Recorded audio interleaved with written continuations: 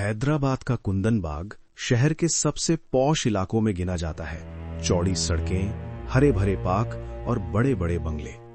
यहां सन्नाटा भी महंगा लगता है। लेकिन इन्हीं शानदार घरों के बीच एक ऐसा बंगला था जिसके सामने से लोग रफ्तार बढ़ा लिया करते थे। उस घर पे कई दिनों से इरफान की नजर थी। इरफान कोई आम आदमी नहीं था, वो एक शातिर चोर था जिसे अमीर इलाकों की खामोशी बहुत पसंद थी। उसे ये बात अजीब लगती थी कि इतना बड़ा घर होने के बावजूद ना कोई गाड़ी आती, ना कोई बाहर जाता।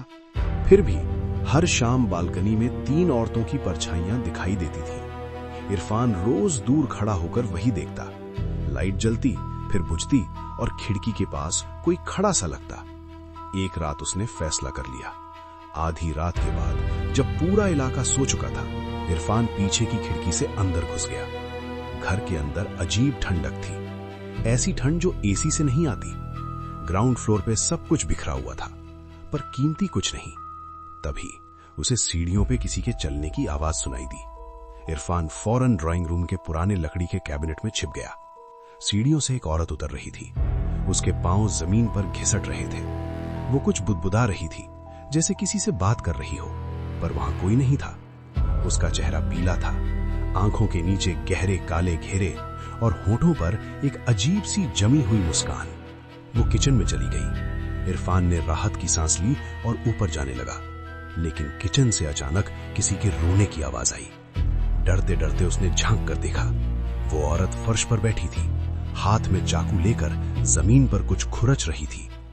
इरफान अब सिर्फ भागना चाहता था। जैसे ही वो ऊपर पहुंचा, बेडरूम के बाहर एक और औरत खड़ी थी। उसने सीधा इरफान की आंखों में देखा। अचानक उसकी आंखें पूरी तरह काली हो गईं और वो जोर जोर से हंसने लगी। वो हंसते हुए बेडरूम के अंदर चली गई। इरफान ने दरवाजा खोला और वहीं उसकी चीख निकल गई। बिस्तर पर 3 सड़ी गली लाशें पड़ी थीं। उनमें से 2 बिल्कुल उन्हीं औरतों की थीं जिन्हें उसने कुछ देर पहले चलता देखा था। वो जान बचाकर भागा और सीधा पुलिस स्टेशन पहुंचा।